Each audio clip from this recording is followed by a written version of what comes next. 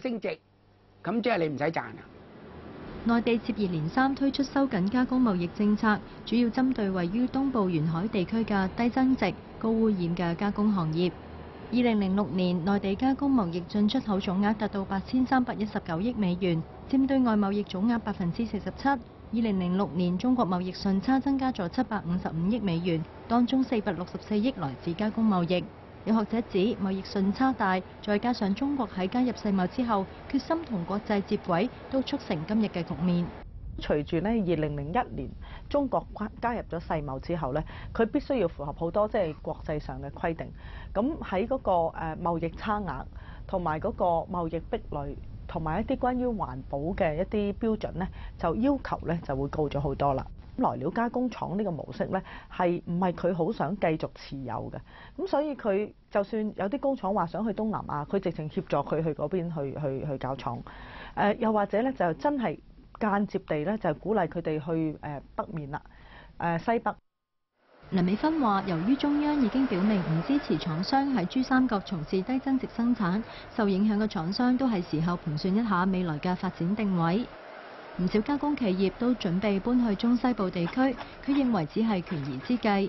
長遠嚟講，企業要考慮轉型為3G企業，同內地企業合作發展高科技項目，建立自己嘅品牌。3G 企業係一個唔同類型嘅投資模式，包括咧佢哋可以喺國內銷售佢哋嘅產品，因為有中方嘅即係夥伴啊嘛。另外咧就係喺交稅上邊都唔同嘅規定嘅。咁仲有咧就係即係成個過程咧就有好多嘅計算方式啦，就唔係淨係用擔保金啦，可能仲要用現金嘅投資，仲要咧係經過好多層層嘅批准。廠商搬遷轉型都需要龐大嘅資金周轉。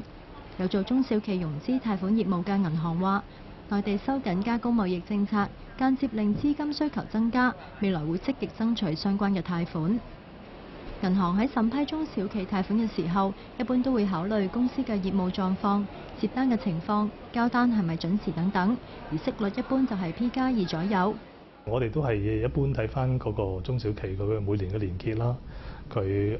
譬如佢手頭上嘅訂單有幾多啊？咁同埋佢譬如嗰啲戶口運作啦，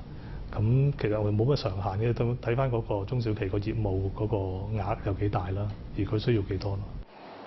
喺國家新政策之下，加工企業需要另謀出路，搬去中西部地區，就好似將時光倒流翻80年代咁，可以享受到稅務上嘅優惠。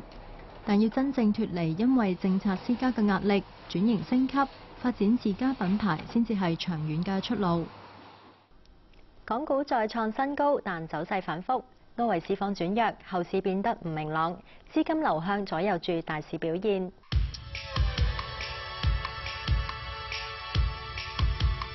港股早段因為港股直通車未能夠即時開通而觸發啲獲利沽盤，咁但係投資者仍然憧憬住後市，喺低位有買盤吸納。恒指週中曾經升上24,283點，再創新高，但外圍市況轉弱，大市缺乏承接，全個星期微跌咗2點。恒指成分股比重變動在即，中移動先升後跌，全個星期跌4.7%。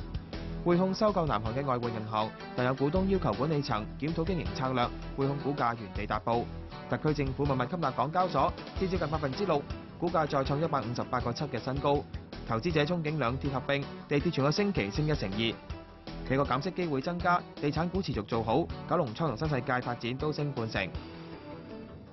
建設銀行獲批內地發行 A 股，帶領中資銀行股做好，國企指數全個星期升1%。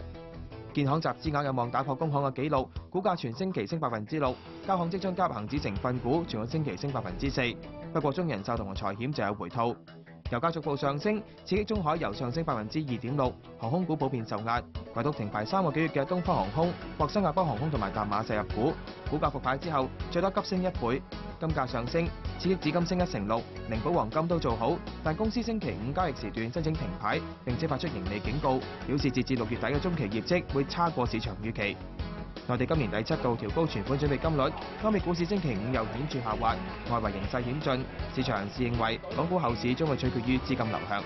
新股上市都唔排除將部分資金咧係會吸納咗過去，咁令到個主板市場啊方面咧有機會係做得比較上即係